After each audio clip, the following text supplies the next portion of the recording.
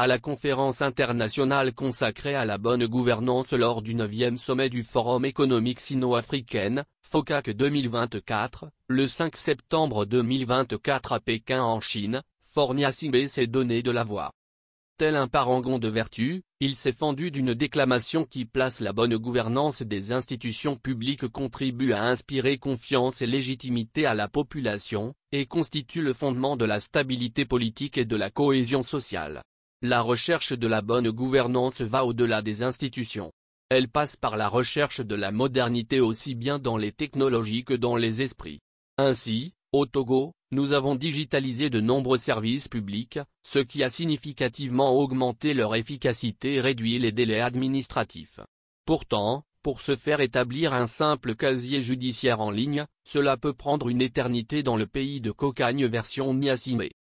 Il a poussé l'outrecuidance jusqu'à justifier le monstre de la Ve République. La réforme institutionnelle majeure qui est en cours au Togo transforme notre régime présidentiel en régime parlementaire. Celle-ci vise à mieux équilibrer les pouvoirs exécutifs et législatifs. Après avoir dit cela en Chine, une fois au pays voici les réalités décapantes, calendrier pour la tournée de réception officielle des lots de matériel médical offerts gracieusement par le chef de l'État son Excellence Monsieur Faure Sozimna Gnassingbé aux formations sanitaires de la préfecture du Golfe, c'est un communiqué du directeur préfectoral de la santé du Golfe Dr Agbeti Afakofi en date du 10 septembre 2024. C'est quelle forme de démocratie dans laquelle le chef de l'État venait juste de montrer patte blanche en matière de bonne gouvernance et il se transforme lui-même en responsable d'ONG pour faire des dons aux structures malgré l'existence de 2 ministères dédiés à la santé?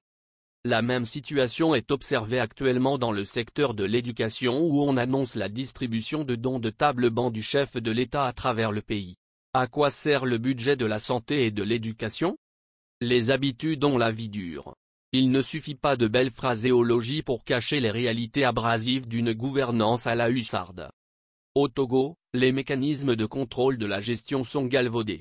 On a vu les avatars générés par un simple rapport d'audit de la Cour des comptes sur la gestion des fonds Covid-19 en 2020 tout comme la grande comédie loufoque autour de la déclaration des biens et avoirs des autorités. Le Togo étant dans les vapes, pour le délivrer, on doit cesser de se mentir.